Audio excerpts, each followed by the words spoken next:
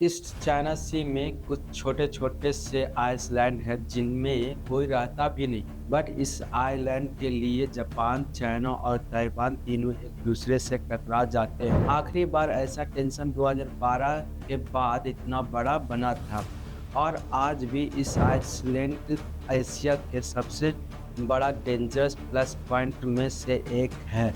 तो सवाल यह है, छोटे से आइसलैंड एक बड़े वार का रीजन बन सकते हैं। आज इस वीडियो में हम शिकागो आइसलैंड डिस्प्यूट को शुरू से एंड तक सिंपल वर्ड में समझेंगे। ये आइसलैंड ईस्ट चाइना सी में है, जापान के ओकाइनावा से करीब 170 किलोमीटर दूर।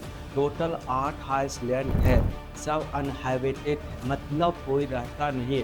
जापान इन्हें शिकागो बोलता है, चाइना इन्हें दीव बोलता है, ताइवान इन्हें दियुताई बोलता है।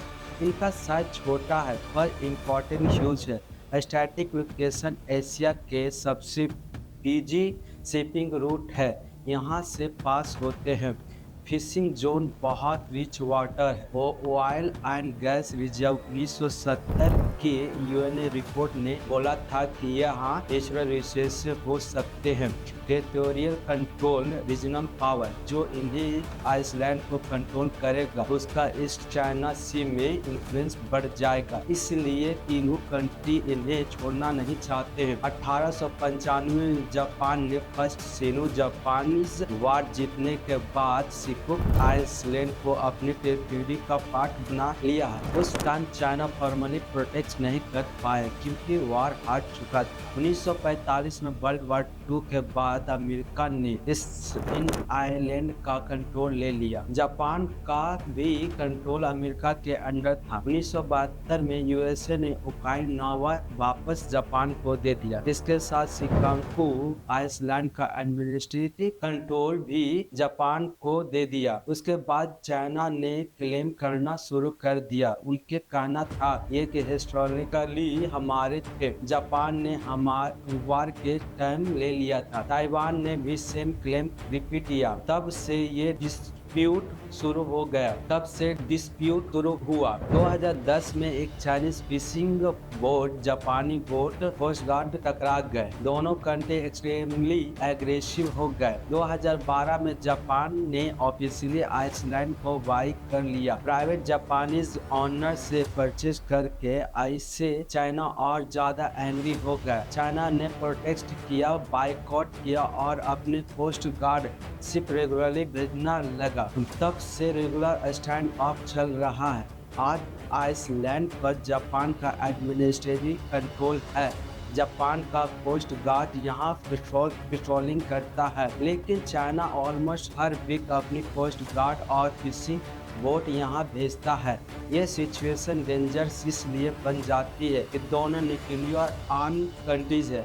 दोनों के वॉर शिप फ्रीक्वेंटली एक दूसरे के आमने सामने है। एक छोटी सी मिसकम्युनिकेशन रीजन में बड़ा कंफ्लिक्ट होगा। ताइवान भी क्लेम करता है पर ग्राउंड पर चाइना वर्सेस जापान में टेंशन है। यूएसए बोलता है कि शिकागो जापान का पार्ट है एडमिनिस्ट्रेटिव बेसिस पर, और अगर चाइना अटैक करेगा तो अमेरिका सामने डिफेंड करेगा। USA Japan territory.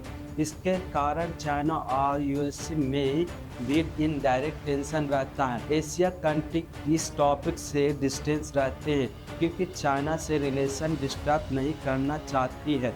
एक्सपर्ट बोलते हैं यह डिस्प्यूट तभी डेंजर होता है जब कोस्ट गार्ड शिप आपस में कोलाइड हो जाती है। ये फाइटर जेट क्लोज इनकाउंटर में आ जाते हैं। एक गलती, एक मिसफायर और सिचुएशन ऐसी पेसिफिक में ह्यूज कंफ्लिक्ट बन सकती है। बट मेजॉरिटी एक्सपर्ट कहते हैं कि फुल स्केल वॉर के चांसेस कम है, लेकिन टेंशन लॉन्ग टर्म चलेगी। तो दोस्तों, ये थे शिकागो आइसलैंड, छोटे पर एशिया की पॉलिटिक्स में बहुत बड़ा इम्पैक्ट। आपको क्या लगता है, ये डिस्प्यूट सॉल्व हो सकते हैं या हमेशा ऐसे चलेगा?